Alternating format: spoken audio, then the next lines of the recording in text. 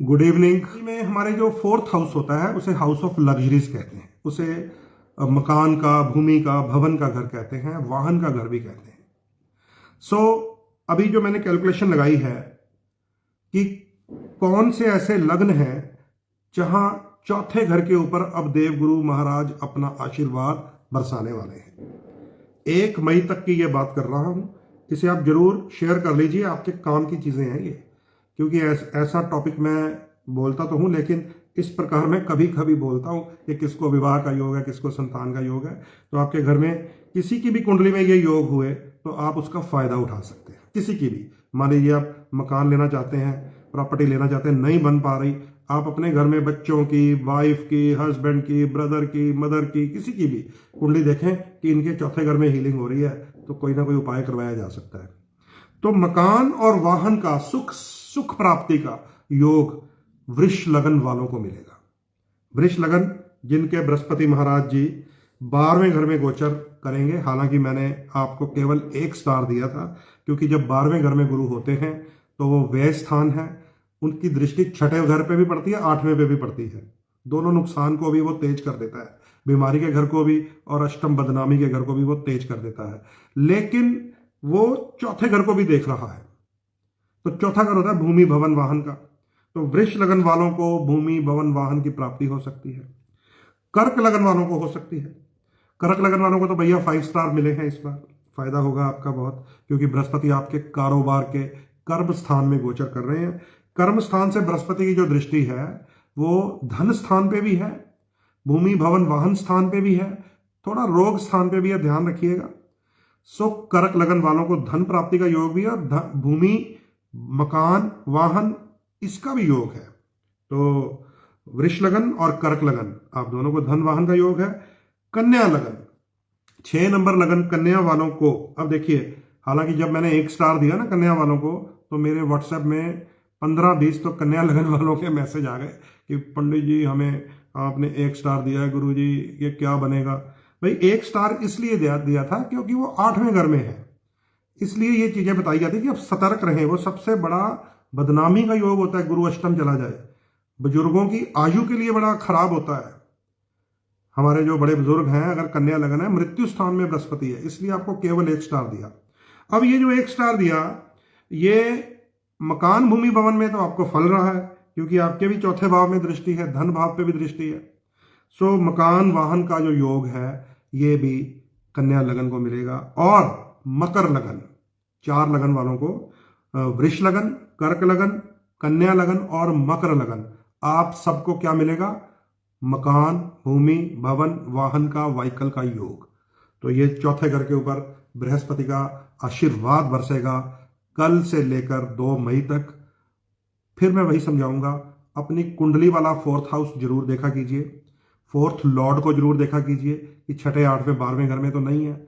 चौथे घर में राहु जी, केतु जी, शनिचर महाराज या कोई अन्य नीच ग्रह तो नहीं है कि मकान प्राप्ति में आपको रुकावटें आपकी कुंडली दे रही हो। ऐसे योग तो बहुत बार बनते हैं। वाहन प्राप्ति में या वाहन एक्सीडेंट या वाहन चोरी, जिनका 4th हाउस का लॉर्ड 6ठे या 12वें घर में होता है, उनका वाहन चोरी हो जाता है। 8वें घर में हो तो वो मिलता ही नहीं है, डिस्ट्रॉय हो जाता है। तो 4th हाउस जो है बड़ा कीमती है। ऐसे ही 4th हाउस का लॉर्ड अगर इन्हीं त्रिक स्थानों में हो, 6, 8, 12 में, मकान, भूमि, भवन, वाहन के कारण केस लड़ने पड़ जाते हैं, कोर्ट कचहरी, थाना हो जाता है। तो ये सारी चीजें आप ज्योतिष से पहले ही समझ सकते हैं। सो भूमि, भवन, वाहन का योग फिर से समझ लीजिए। वृष लगन, कर्क लगन, कन्या लगन और मकर लगन को भी मिलेगा। क्यों मिलेगा मकर लगन को? क्योंकि आपके तो 4th हाउस में ही गुरु ग्रह का गोचर है, जहां से भूमि, भवन, वाहन का आशीर्वाद मिलता है, मां का सुख मिलता है। फायदा लीजिए। अच्छा, एक अभी और किसी ने प्रश्न पूछा था जॉब का, प्रमोशन का या सरकारी जॉब का, वो भी आपको बता देते हैं। अब आप समझिए, आय, लाभ और यश प्राप्ति, इनकम प्राप्ति, प्रमोशन प्राप्ति किसको होगी? पदोन्नति जिसको कहते हैं। जैसे अभी मान लीजिए next year is election year, तो बहुत सारे लोग टिकट मिलेगी या नहीं मिलेगी हमें इलेक्शन लड़ने की, चुनाव लड़ने की, वो भी पूछेंगे। अभी लोग शुरू हो जाएंगे धीरे धीरे, हमारे पास तो फिर तांता लग जाता है इन बातों का। तो उसके लिए भी मैं आपको बताने लगा हूं कि आय, लाभ और यश कुंडली का पावर हाउस होता है एक ऐसी राशि है हमारी 12 राशियों में जिसमें कोई भी ग्रह नीच नहीं होता, पता है आपको, और कोई भी ग्रह उच्च भी नहीं होता उस राशि में। 12 राशियों में एक ऐसी राशि है जिसमें कोई ग्रह ना नीच होता है ना उच्च होता है। उसे संजीवनी राशि कहा गया है कि इस राशि में अगर कोई ग्रह आ जाए तो वो पावर बन जाती है, पूरी पावर हाउस हो जाता है। कुंडली का वो हाउस भी पावर हाउस ही कहा गया है। उसे कहा गया 11वां भाव, और राशि कौन सी है? वो कुंभ राशि, जिसमें कोई ग्रह उच्च या नीच नहीं हो पाता।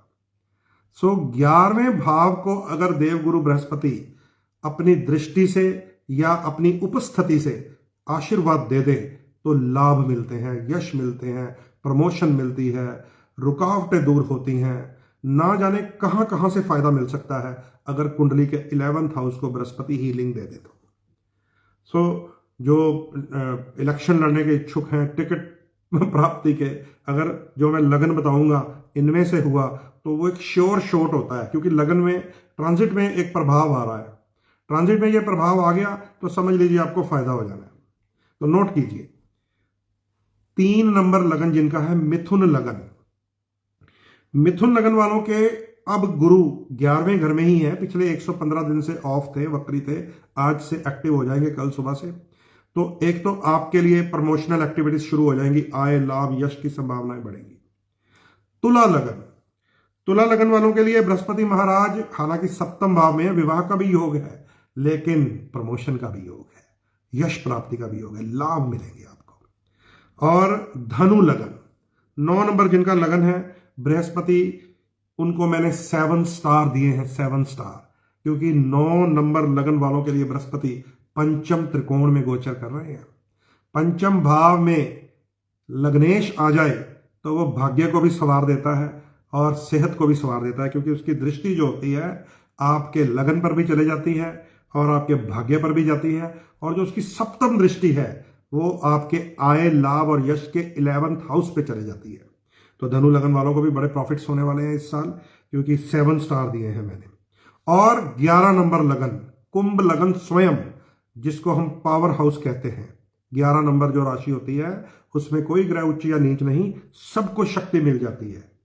सो 11 नंबर जो राशि है, लगन जिनका वहां आ गया कुंभ लगन, उनके लिए भी 4 स्टार मैंने दिए थे। 4 स्टार इसलिए दिए थे कि आपको भी विवाह संबंधित फायदे भी हो सकते हैं, भाग्य भी जागृत होगा, और क्योंकि 11th हाउस की बात कर रहा हूं, प्रमोशनल एक्टिविटीज भी होंगी। तो ये अब आपके लिए जॉब का रास्ता भी खुल सकता है।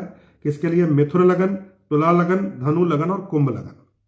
तो ये कुछ योग होते हैं जिनमें विवाह योग, विदेश योग, संतान योग, लव अफेयर योग, धन प्राप्ति, प्रमोशन, मकान वाहन, ये मैंने आपको बता दिए हैं गुरु ग्रह की दृष्टि से। अन्य योग भी हो सकते हैं, कईयों के लिए शुक्र वहां हो, कईयों के लिए योगकारी बुध वहां हो, कईयों के लिए शनिदेव वहां पहुंच जाए तो फायदे होते हैं। लेकिन क्योंकि जुपिटर की बात कर रहे हैं तो गुरु ग्रह के दृष्टिकोण से ये आप जो मैंने आपको ये सेगमेंट सुनाया है, इसे जरूर आप शेयर करेंगे तो आपको संभाल कर रखने का फायदा होगा। आप टाइमली इसको चेक कर सकते हैं कि आपके परिवार में कौन कौन से लगन को क्या क्या लाभ हो सकते हैं। अब ये है ट्रांजिट, अब इसको भी ध्यान से समझ लीजिए। मैं बार बार ये जरूर बात कहता हूं, क्योंकि बाद में लोग हमसे पूछते हैं, पंडित जी आपने कहा था बड़ा लाभ होगा, हमें तो कुछ भी नहीं मिला। पंडित जी आपने कहा था लॉटरी लगेगी, हमारी तो लॉटरी लगी नहीं है। आपने कहा था विदेश यात्रा होगी, मेरा तो रिफ्यूजल फिर से लग गया है। उसका कारण होता है, हम बात करते हैं ट्रांजिट की अपनी तरफ से, क्योंकि मेरी तरफ ट्रांजिट की चार्ट है। हम बात नहीं कर रहे आपकी कुंडली की। आपकी कुंडली में क्या है? उसमें कहीं औलाद वाले घर में राहु तो नहीं है, उसमें कहीं विवाह वाले घर में शनि तो नहीं है, उसमें कहीं प्रमोशन वाले घर में किसी खराब ग्रह की दृष्टि या कोई युतियां तो नहीं ऐसी बन गई कि वो पावर हाउस ऐसा बने जो बम ब्लास्ट ही कर दे। कई लोगों के 11वें घर में मैंने देखा गुरु चंडाल दोष बना होता है, बृहस्पति और राहु का, या शनि और राहु का प्रेत दोष बना होता है, मंगल राहु का अंगारक दोष बना होता है तो वो पावर हाउस 11वां घर, लेकिन अब वो जो योग बन जाएगा उसको उसने ब्लास्ट कर देना।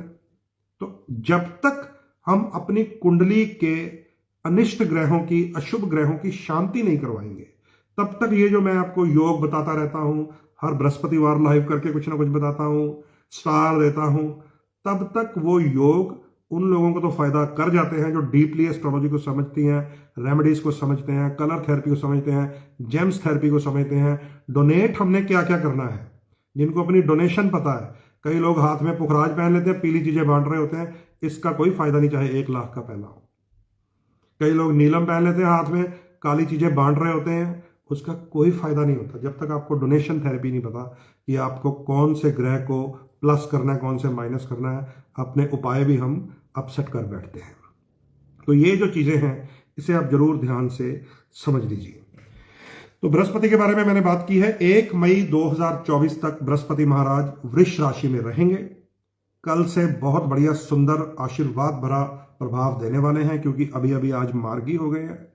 जाते हुए आपको आपके लगन के अनुसार शॉर्टली बता देता हूं, स्टार मैंने आपको दिए हैं। तो मेष लगन वालों के 7 स्टार हैं। लाभ लगन में ही बृहस्पति हैं, बड़ा फायदा होगा आपको, क्योंकि लगन को नेम, फेम, यश, हेल्थ सब कुछ माना जाता है। वृष लगन वालों को मैंने सिर्फ 1 स्टार दिया था, क्योंकि बृहस्पति 12वें घर में है, जिसको व्यय स्थान कहते हैं। लेकिन साथ में अभी मैंने योगों में बता दिया आपको कि आपको विदेश का योग भी मिल सकता है, भूमि भवन वाहन का योग भी मिल सकता है। पर ध्यान रखिएगा, 6ठे और 8वें भाव पे भी दृष्टि है, बीमारी से बचिएगा और कुछ ऐसे कामों से बचिएगा जो असामाजिक होते हैं, क्योंकि इल्जाम लग सकते हैं, बदनामी हो सकती है। वृष लगन की बात कर रहा हूं। मिथुन लगन वालों को मैंने 2 स्टार दिए हैं। इसलिए दिए हैं क्योंकि है तो वो आपके लाभ स्थान में है, पर योगकारी इतना बढ़िया नहीं है मिथुन लगन वालों के लिए बृहस्पति। कर्क लगन वालों को मैंने 5 स्टार दिए हैं। Best of the best planet माना जाता है आपके लिए, और आपके 10वें स्थान में बृहस्पति का गोचर है, जहां से आपको प्रमोशंस, सरकार के घर से फायदे, पिता से लाभ, या पिता की प्रॉपर्टी से या बुजुर्गों की प्रॉपर्टी से कोई ना कोई लाभ मिल सकता है, और धन की वृद्धि भी हो सकती है, वाहन भूमि का भी फायदा हो सकता है। आपके भी 6ठे भाव में इसकी दृष्टि है। थोड़ा सेहत का आपको भी ध्यान रखना है, फुलावट ना आए शरीर में, इसका ध्यान रखिएगा। 5 स्टार है, एंजॉय कीजिए। सिंह लगन वालों को मैंने दिए हैं 7 स्टार, 7 स्टार। सिंह लगन वालों के भाग्य में बृहस्पति का गोचर है। आपके लगन के ऊपर भी प्रभाव आएगा, नाम, यश, इज्जत बढ़ेगा। 5वां भाव, संतान का सुख भी मिलेगा आपको। स्टूडेंट है तो एजुकेशन का, यंग एज में है तो लव अफेयर का सुख भी मिलेगा, और आपके बच्चे अगर युवा हैं तो उनसे भी अब आपको सहयोग मिलेगा। और 7 स्टार से आपको बृहस्पति ने आशीर्वाद दिया है। कन्या लगन वालों को मैंने केवल 1 स्टार दिया था। उसका कारण है क्योंकि आपके 8वां स्थान, 8वें घर में गुरु का गोचर है, जिसे हम शुभ नहीं मानते। ये हमारी अपनी हेल्थ के लिए भी परेशानी करता है, हमारे बुजुर्गों की हेल्थ के लिए भी परेशानी होती है, और कोई ना कोई गलती ऐसी हो जाती है कि हमें किसी ना किसी प्रकार की बदनामी का कारण भी बनना पड़ जाता है। और कन्या लगन वालों के ही बृहस्पति की दृष्टि 12वें भाव पे भी है। 12वां भाव विदेश का तो होता है, मैंने आपको बताया था विदेश योग भी है, लेकिन अनमने खर्चे का भी होता है, ऊट पटांग खर्चे का भी होता है। तो वो भी थोड़ा ध्यान रखिएगा, आप खर्चा करते हुए भी आपको बृहस्पति तंग कर सकते हैं। तुला लगन को मैंने दिए हैं 3 स्टार। 3 स्टार इसलिए दिए हैं क्योंकि तुला लगन होता है शुक्र का, और बृहस्पति महाराज जो हैं वो देवताओं के गुरु हैं, एक दूसरे के एंटी हैं, लेकिन दोनों अपने अपने फील्ड में प्रिंसिपल हैं। प्रिंसिपल जब प्रिंसिपल से मिले, अंदर चाहे जितना मर्जी कंपटीशन हो, लेकिन एक दूसरे का मान सम्मान अवश्य करते हैं, इसलिए आपको 3 स्टार मिले हैं। 7वां भाव में गोचर रहेगा। 7वां भाव को विवाह संबंधित घर कहते हैं, पार्टनरशिप संबंधित घर कहते हैं, ज्वाइंट वेंचर का घर कहते हैं। आयु के हिसाब से आपको विवाह का लाभ मिल सकता है। लाभ स्थान पे भी दृष्टि है, लगन पे भी और पराक्रम पे भी, तो ये तीनों दृष्टियां भी आपके लिए शुभ रहेंगी। लेकिन क्योंकि वो है देवताओं का गुरु और आपका लगन है दैत्यों का गुरु, तो थोड़ा सा प्रभाव कम हो जाता है, लेकिन शुभ रहेगा। वृश्चिक लगन की बात करते हैं, जिन्हें बृहस्पति हालांकि त्रिकोणपति है, योगकारी है, लेकिन मैंने उन्हें 5 स्टार या 7 स्टार नहीं दिए, हालांकि मेरा खुद का भी है। 4 स्टार दिए हैं, 4 स्टार। 4 स्टार इसलिए क्योंकि आपके 6ठे भाव में गोचर कर रहे हैं। 6ठा भाव क्या होता है? रोग, शत्रु, कर्जे का। और बृहस्पति महाराज पेट में फुलावट दे सकते हैं, हैवीनेस दे सकते हैं, चर्बी बढ़ा देते हैं, और जब 12वें घर पे दृष्टि डालते हैं तो वो भी व्ययकारी होता है, वो भी ऊट पटांग खर्चा होता है। 12वें घर को विदेश यात्रा का ही एक आजकल लोग शुभ मानने लग गए हैं, हालांकि ज्योतिष ने इसको भी देश निकाला कहा है, देश निकाला। प्राचीन ज्योतिष पढ़ते हैं तो वो कहते हैं इसको समुद्र पार जाना पड़ेगा, इसको पहाड़ी पार करनी पड़ेगी, तालाब से दूर जाएगा। अच्छा, पुराने जमाने में जब व्यापारी व्यापार करने जाते थे तो कई बार वापिस ही नहीं आते थे, तो 12वें घर को अशुभ माना जाता था। और आजकल मैं देख रहा हूं बहुत सारी दुर्घटनाएं हो रही हैं विदेशों में जाकर बच्चों के साथ। कईयों को हार्ट अटैक हो रहे हैं, कईयों के लड़ाई झगड़े में मौत हो रही है, कईयों को सजा मिल जाती है। आज भी एक न्यूज़ में देख रहा था, ओमान में हमारे भारतीय फंस गए हैं, वो प्रधानमंत्री को गुहार लगा रहे थे। थोड़े दिन पहले दुबई में थे शायद, उन्हें प्रधानमंत्री ने उनके शेख से बात करके उनकी सजा को माफ़ करवाया है। तो ये 12वां घर जो होता है ना, हम विदेश का मानकर अब इसको शुभ तो मानने लग गए हैं, लेकिन ये शुभ होता नहीं है। थोड़ा सा इसको समझ लीजिए आप। प्राचीन ज्योतिष में इसे देश निकाला कहा है। इसे ये कहा गया है कि इसे सुख शांति की रोटी नहीं मिलेगी, माँ के हाथ की रोटी नहीं मिलेगी, अपने परिवार का, अपनी पत्नी का साथ नहीं मिलेगा, क्योंकि विदेश जाकर इसको कमाना पड़ेगा। तो ये चीज़ें आपको समझ लेनी चाहिए। वृश्चिक लगन को मैं बता रहा था कि आपके रोग स्थान में गुरु का गोचर है और 12वें भाव पे भी दृष्टि है, इसीलिए आपको केवल 4 स्टार दिए हैं। 4 स्टार इसलिए दिए हैं क्योंकि बृहस्पति की 2 दृष्टियां आपके धन स्थान पर भी है और कर्म स्थान पर भी है, वहां से फायदा हो जाएगा। अच्छा, जब पैसा आता है किसी के पास, धन प्राप्ति हो जाती है, फिर वो दुख दुख भूल जाता है। बीमारी या खर्च तो कोई बात नहीं है, आना चाहिए। अब इतनी अधिक वैल्यू पैसे की बनाई हुई है हम लोगों ने कि आ जाए तो बाकी चीजें भूल जाते हैं। इसलिए 4 स्टार आपको भी मिल गए, मुझे भी मिल गए आपके साथ साथ वृश्चिक लगन को। धनु लगन की बात करने लगा हूं। 9 नंबर लगन, धनु लगन को दिए हैं मैंने 7 स्टार। आपको फायदा होगा क्योंकि आपके त्रिकोण पति हैं, त्रिकोण में ही गोचर कर रहे हैं, पंचम भाव में। संतान की तरफ से आपको लाभ होगा, भाग्य स्थान पे दृष्टि है, बहुत लाभ होगा, किस्मत तेज हो जाएगी, प्रमोशनल एक्टिविटीज आपकी भी होंगी। लगन पे भी दृष्टि है, आपका नाम यश इज्जत प्रतिष्ठा बढ़ेगी। तो देखिए 7 स्टार बन गए ना, कि संतान, एजुकेशन, अफेयर से फायदा, भाग्य जागृत, promotional activity, name fame, 7 star बन गए। तो धनु लगन की मौज है भाई। मकर लगन की बात करते हैं। मकर लगन को मैंने दिए थे 3 स्टार्स। क्यों दिए थे अब मैं आपको बता देता हूं। आपके लिए जो मकर लगन वाले लोग होते हैं, बृहस्पति शुभ नहीं माने गए। बृहस्पति जो है मकर में नीच होते हैं, इसलिए बृहस्पति का प्रभाव थोड़ा आपको परेशान कर देता है कि गुरु की दशा आ जाती है जब मकर लगन वालों के ऊपर, तो वो पछताते हैं कि इससे तो राहु की दशा अच्छी थी, कम से कम शनिदेव का चेला तो है, क्योंकि अब शनि का लग्न है मकर वाले। बृहस्पति के साथ आपकी ज्यादा तालमेल ट्यूनिंग नहीं है, क्योंकि मकर राशि जो है वो देवगुरु बृहस्पति को नीच कर देती है, नीच। सो इसलिए मैंने आपको दिए हैं केवल 3 स्टार। फिर भी गोचरीय प्रभाव आपको कुछ ना कुछ देगा। क्या देगा मैं बता देता हूं। भूमि भवन वाहन का सुख देगा, विदेश का भी सुख दे सकता है, क्योंकि 4थे भाव में गोचर है। भूमि भवन तो दे सकता है, 12वें घर के ऊपर दृष्टि भी है। थोड़ा ध्यान रखिएगा, 8वें घर पे भी दृष्टि है, यहां पे भी ये बदनामी करवा देता है। मकर लगन वालों के 10म भाव पे भी दृष्टि है। जॉब की भी समस्या हल हो सकती है, लेकिन क्योंकि गुरु के साथ तालमेल अच्छा नहीं है, इसलिए आपको 3 स्टार मिले। आइए अब कुंभ लगन की बात करते हैं। 11 नंबर कुंभ लगन, जिनको 4 स्टार दिए थे, 4 स्टार क्यों मिले ये आपको बता देते हैं। आपके पराक्रम स्थान में गुरुदेव कल से शुभ फल देने वाले हैं। जब पराक्रम में बृहस्पति होते हैं तो उनकी कुछ दृष्टियां बहुत अधिक लाभकारी हो जाती हैं। जैसे आपके 11th हाउस पे दृष्टि पड़ेगी, आय लाभ यश बढ़ जाएगा। आपके 7म भाव पे दृष्टि पड़ेगी, अगर कोई ज्वाइंट वेंचर या एज के अकॉर्डिंग विवाह रुका हुआ हो वो मिल जाएगा। आपके भाग्य स्थान पे भी इसकी दृष्टि रहेगी, तो भाग्य को भी गुरु जागृत करने की क्षमता रखते हैं। तो आपको 4 स्टार मिले हैं। अब आप कहेंगे भाई विवाह का योग, भाग्य जागृत, पद उन्नति, पराक्रम में गोचर, मुझे 4 स्टार क्यों दिए हैं? मुझे भी 7 स्टार चाहिए थे। आपको 4 स्टार इसलिए मिले हैं क्योंकि आप भी शनिदेव का लग्न है, दैत्य श्रेणी का, और बृहस्पति देव श्रेणी के ग्रह हैं। लेकिन क्योंकि आशीर्वाद देने वाले ग्रह हैं, देंगे जरूर, परंतु क्षमता थोड़ी कम होती है, इसलिए 4 स्टार। अंत में मीन लगन को मैंने दिए थे 5 स्टार। फायदे वाली बात है भाई आपके लिए। तो मीन लगन के 2nd हाउस में गुरु का गोचर है, धन प्राप्ति का योग है, कुटुंब से आपको सहयोग मिलेगा, वाणी में आपके बल आएगा।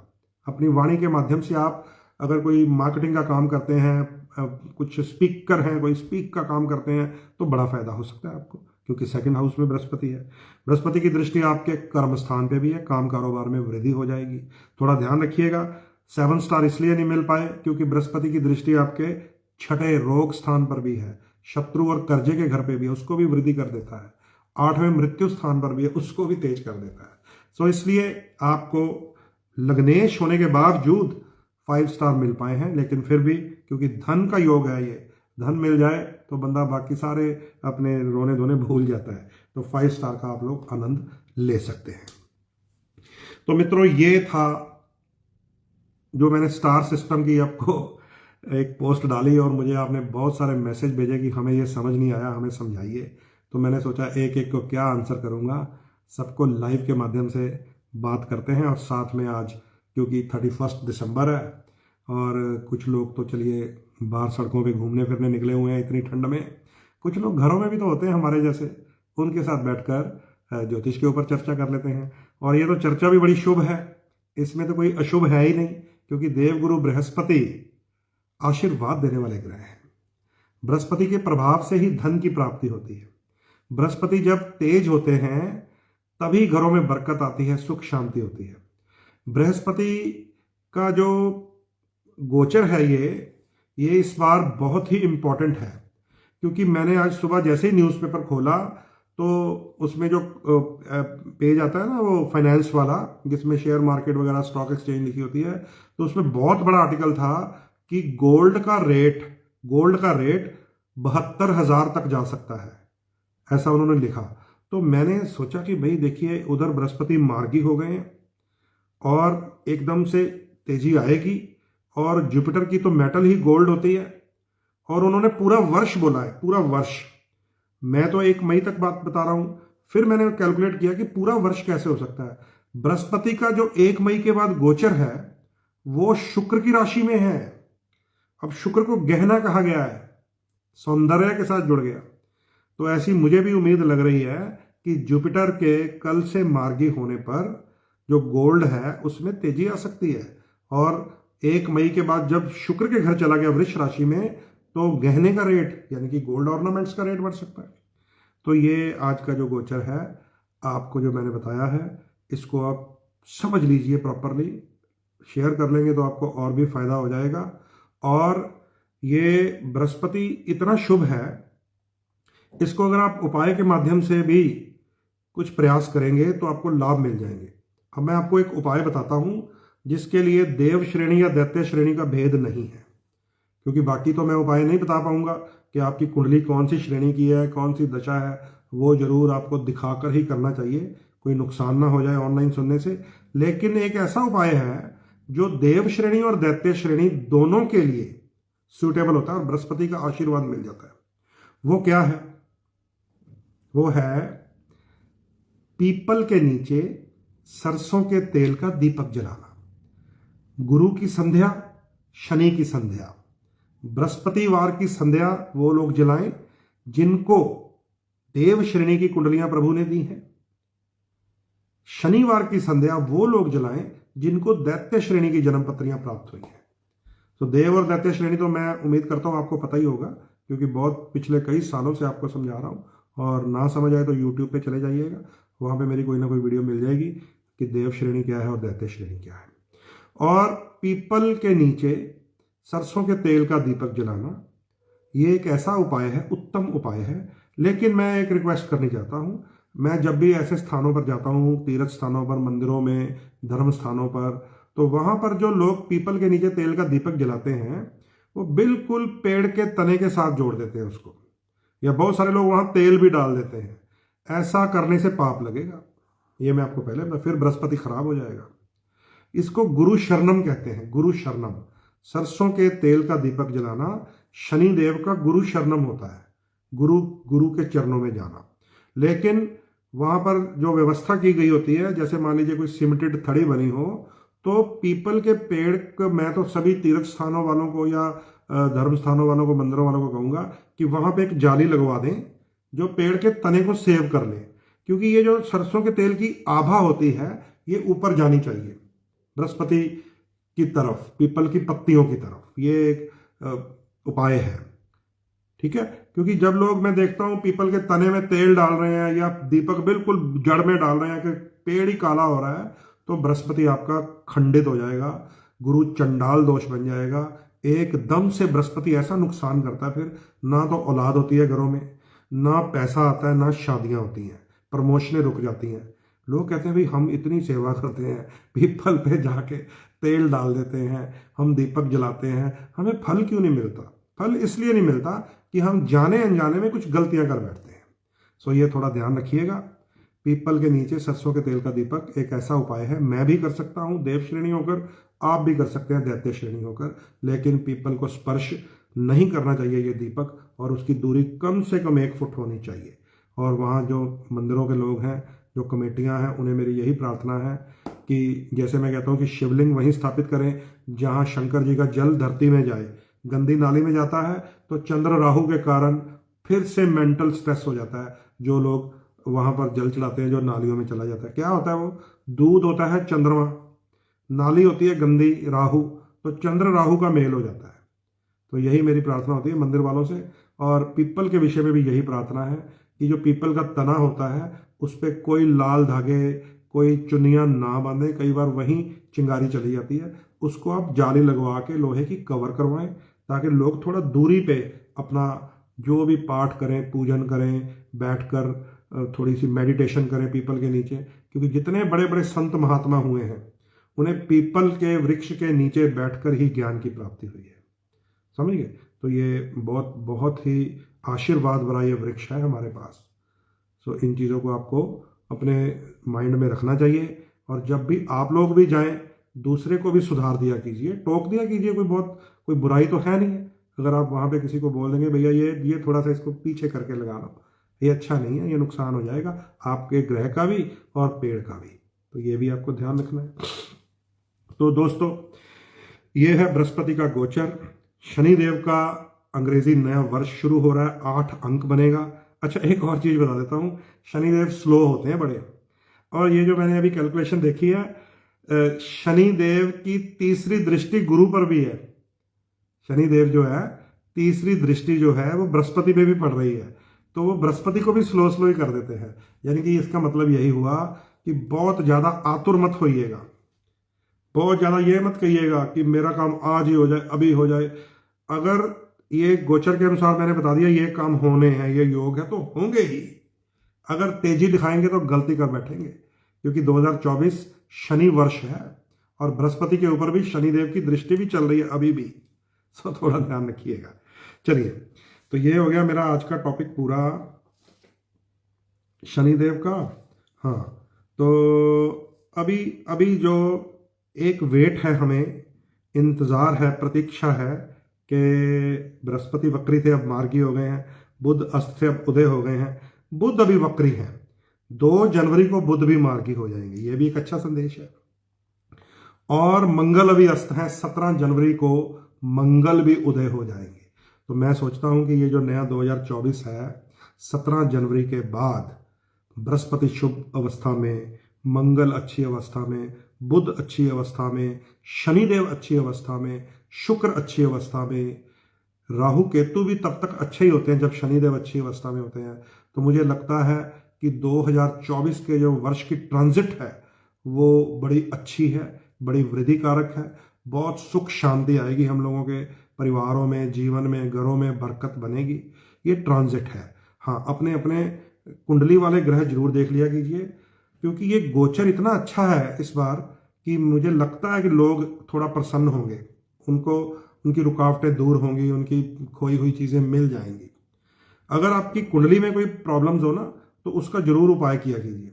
और मैं तो आपको पता ही है, मैंने अब 11 जनवरी को पौष अमावस्या पर, पौ के महीने की अमावस्या पर 11 जनवरी को वो उपाय करने हैं जो कुंडलियों के दोष होते हैं। तो आप जरूर इस प्यारे से ट्रांजिट का, गोचर का अगर लाभ उठाना है, अपनी अपनी कुंडलियों वाले ग्रह जरूर चेक करा लीजिए। 11 जनवरी को हमारा बहुत बड़ा एक उपाय है कि कुंडलियों में कोई पितृदोष हो, कोई सर्प दोष हो, शनि की 7.5 हो, कोई ढैया हो, कोई राहु की महादशा, कोई केतु की महादशा, कईयों को शनि की दशा शुभ नहीं होती, कोई भी अशुभ योग हो, तो इस पौष अमावस्या पर उपाय करवाएंगे हम बहुत बड़ा। तो 11 जनवरी वो भी नोट कर लीजिए। जो लोग संपर्क करना चाहते हैं, आप लोगों के पास मेरा व्हाट्सएप नंबर है ही है, आप अपना नाम, डेट, टाइम, प्लेस भेजकर प्रोफेशनल वे से मेरे से कंसल्टेंसी ले सकते हैं। तो आपको 11 जनवरी को जो हम उपाय करवाने जा रहे हैं अंग्रेजी नए वर्ष के पहले महीने में, वो भी आपको सुझाएंगे, ताकि इस अच्छे गोचर से हम इस साल में अपनी उन कमियों को दूर कर सकें जो पिछले कुछ सालों में हम नहीं प्राप्त कर सके। ठीक है। तो 17 जनवरी को मंगल ठीक हो जाएगा, 2 जनवरी को बुध भी मार्गी हो जाएगा, बृहस्पति आज ठीक हो गए हैं। बहुत बढ़िया चल रहा है भी, मुझे तो अच्छा लग रहा है। चलिए, कितना लंबा हो गया हमारा लाइफ।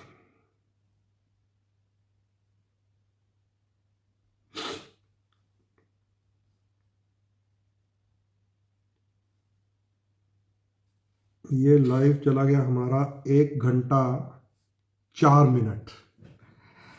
चलो बढ़िया रहा। अच्छा, कई बार बहुत अच्छा लगता है कि आपके जो ना नीचे वाले जो मैसेज होते हैं वो डिस्टरबेंस वाले नहीं होते, है ना। कई लोग तो अपनी डेट ऑफ बर्थ डालने लग जाते हैं कि मुझे बता दीजिए, यहीं पे बता दीजिए, पर आपने आज डिस्टरबेंस वाले मैसेज नहीं डाले, क्योंकि फिर वो उधर मेरा पढ़ने में ध्यान चला जाता है। एक डाला था किसी ने, किसी नोटी ने, शरारती ने, हाँ, एक शरारती मैसेज मुझे मिला है। गुरुजी 31 दिसंबर है, देव लगन वालों के घरों में गजरेला बन रहा है, क्या वो 1 कटोरी अपने आसपास दे सकते हैं?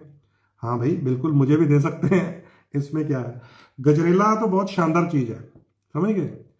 अगर आपको पता चल गया कि गाजर, देसी घी और खोया मिल जाते हैं तो मंगल शुक्र का आनंद आना शुरू हो जाता है। तो गजरेला तो एक बढ़िया चीज़ है, इसको तो आपको खाना भी चाहिए और निर्मल बाबा जी की तरह खिलाना भी चाहिए। प्रदीप जी का मैसेज आया बड़ा अच्छा। जय श्री राम। रामलला मंदिर प्राण प्रतिष्ठा के संदर्भ में श्री गीता मंदिर विकास नगर लुधियाना में 7 जनवरी को शोभा यात्रा निकाली जा रही है। तो बहुत अच्छा है प्रदीप जी, बहुत बहुत धन्यवाद, आपने ये मैसेज डाला, सबको मैसेज मिल गया है कि 7 जनवरी को विकास नगर में हमारा बहुत ही लुधियाना का प्रमुख तीर्थ स्थान है श्री गीता मंदिर, वहाँ से बहुत प्यारी शोभा यात्रा निकलने जा रही है। रामलला की बड़ी प्यारी प्रतिमा का प्राण प्रतिष्ठा वहाँ भी होगी, दर्शन होंगे, और फिर 22 जनवरी को अयोध्या जी में भी होंगे। तो आप जो लोग लुधियाना में हैं 7 जनवरी को श्री गीता मंदिर विकास नगर में अवश्य पहुँचें, मैं भी आपको वहीं मिलूँगा।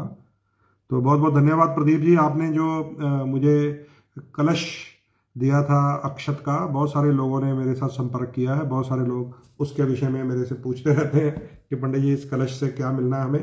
तो अगर आपके पास वो अक्षत जो हैं पूजित, जिनके आपने पाउच बनाए हैं, उसकी भी कृपा कर दीजिए लोगों को, फिर वो यहाँ पर भी बांट देंगे, ताकि एक तरह का निमंत्रण उनको 7 जनवरी का भी हो जाएगा, और 22 तारीख को जब रामलला की प्राण प्रतिष्ठा की जाएगी उसका भी वो निमंत्रण है। और बहुत बहुत ही प्यारा हमारे देश में माहौल बनने जा रहा है। एक बार फिर से दिवाली जैसा वातावरण बनेगा, सब लोग अपने अपने जितने भी विवाद हैं सब भूल जाइए। ये राम जन्मभूमि कैसे प्राप्त हुई, क्या झगड़े हुए या कोर्ट केस हुए या आंदोलन हुए या राम यात्रा निकाली अडवाणी जी ने, ये सब भूल जाइए। अब जो होना था वो हो गया। All is well and is well, अंत भला तो सब भला, क्योंकि बराबर की जगह मुस्लिम पक्ष को मिल गई है। वहाँ भी मैंने सुना है विश्व की सबसे सुंदर मस्जिद बनने जा रही है, और बराबर की जगह रामलला के लिए मिल गई है, तो वहाँ पर भी रामलला की प्राण प्रतिष्ठा होने जा रही है। तो इसलिए सारा देश, चाहे वो हिंदू हो, चाहे मुसलमान, सिख हो या क्रिस्तान, राममय हो रहा है। और मुझे लगता है ये 2024 जो है हम सबको एकता के सूत्र में पिरोएगा। भगवान राम तो बहुत सुंदर कड़ी बनने जा रहे हैं हम सबको जोड़ने की। तो सबके लिए यही संदेश है कि अपने अपने मनों से पुरानी बातें, पुराने विवाद सब भूल जाइए। ये जब लीला करते हैं ना भगवान, ये सब उनका खेल होता है, प्रभु की लीला है। 500 वर्ष वो अपने घर में नहीं आए, तंबू में पड़े रहे, टेंट में पड़े रहे। तो अब 2024 एक भाग्यशाली वर्ष है। सो मैं यही सबको संदेश दूंगा कि जो मुस्लिम पक्ष अयोध्या जी में विश्व की सुंदर मस्जिद बनाने जा रहा है, उसमें भी सब सच्चे मन से सहयोग करें, और कोई किसी प्रकार का दोबारा विवाद ना हो। और रामलला की जो प्राण प्रतिष्ठा होगी उसमें भी, और थोड़े दिनों में भगवान कृष्ण जी की जन्मस्थली जो है मथुरा में कारागार, वो भी खुलने लगी है। उसके लिए भी लगभग ग्रीन सिग्नल है हमें सुप्रीम कोर्ट की तरफ से। तो मैं समझता हूँ कि आने वाला साल अगर सारे फिरके मिल जाए तो बहुत अधिक तरक्की का साल हो जाएगा। तो ये सारी संभावनाएं बन रही हैं, आप सब लोग जुड़े रहिए। 22 जनवरी को भगवान जी की प्राण प्रतिष्ठा है और अपने अपने घरों में प्रभु के नाम के दीपक जलाइए। कोई 5 जला रहा है, कोई 7 जला रहा है, कोई 11, कोई 21। और जालंधर में देवी तालाब मंदिर है बड़ा प्यारा, और वहाँ पे 1 लाख दीपक मुझे फ़ोन आया था कि 1 लाख दीपक जलाए जाएंगे, 1 लाख दीपक। तो मैं चाहता हूँ कि हमारे लुधियाना में भी कोई ऐसी ऐसी दिवाली की झांकी निकालें कि संसार को पता चले, क्योंकि लुधियाना भी अग्रणी है। अगर जालंधर में 1 लाख दीपक निकाले जा रहे हैं तो लुधियाना के भी कुछ धर्मस्थलियों को मिलकर कोई स्थान चुनकर वहाँ पर इवेंट करना चाहिए दिवाली जैसा। तो देखते हैं, कल प्रयास करूंगा सनातन धर्म के लोगों से बात करके कि हम भी जालंधर जैसे 1 लाख दीपक वाला कोई ना कोई इवेंट करें। तो आप लोग भी, जो लोग सुनते रहते हैं, आप लोग भी प्रयास किया कीजिए। धर्म के लिए, देश के लिए, सनातन के लिए प्रयास करना चाहिए। करिए थोड़ा संवैधानिक तरीके से। अपनी भाषा का जो संवाद करने का जो तरीका है उसको बैलेंस रखिए। जो आपकी एक्शंस होते हैं उन्हें बैलेंस रखिए। शनिदेव के विषय में एक अश्लील गायक ने गंदी फप्तियां कसी थी, गंदी लाइनें गाई थी। देखिए हमारे समाज ने कितना धैर्य रखा। हमारे समाज के लोग कंप्लेंट करने गए तो हमारे प्रशासन ने ही उन्हें भगा दिया था। ऐसा उल्टा व्यवहार किया हमारे पुलिस प्रशासन ने। लेकिन धैर्य है, कोई बसें नहीं जलाई, कोई सड़कें नहीं रोकी, कोई मार्केट नहीं बंद कराई, कोई शीशे नहीं तोड़े। शनिदेव ने खुद से इंसाफ करना है, हमें पता है, लेकिन प्रयास भक्तों को करना पड़ता है। और उन बच्चों को बहुत शाबाशी है जिन्होंने प्रयास किया कंप्लेंट देने का और धैर्य नहीं अपना खोया, कोई तोड़फोड़ नहीं की। आज उस अश्लील गायक के ऊपर, उस फुकरे गायक के ऊपर आज FIR दर्ज हो गई है। अब शनिदेव का चक्कर उसके ऊपर चलेगा, भुगतेगा अपने कर्मों की सजा। सो अपनी भाषा में, अपनी वाणी में हमें बैलेंस रखना है। अपने देश के लिए, अपने धर्म के लिए, अपने समाज के लिए कार्य करते हुए हमें कदम उठाते रहना चाहिए। तो जहां भी आपको लगे कि आप अच्छे काम के लिए किसी को टोक रहे हैं तो टोक सकते हैं, लेकिन संवाद अच्छा करें तो अगला भी आपको सुनेगा। चलिए अब मुझे इजाज़त दीजिए। वैसे तो मैं ये चाहता था कि आज आपके साथ फ़ोन कॉल पे बात करूं, लेकिन क्योंकि लाइव हो गया बड़ा लंबा और टाइम हुआ है 9:30, अब रहने देते हैं। कल या परसों दोबारा कल प्रयास करूंगा साल के पहले दिन, जो अंग्रेजी नववर्ष है उसके पहले दिन आपसे बात। अच्छा ये एक बात और मैं करूंगा कि हमारा जो नववर्ष हम चैत्र में मनाते हैं ना, सनातनी, उसका बहुत स्वागत है।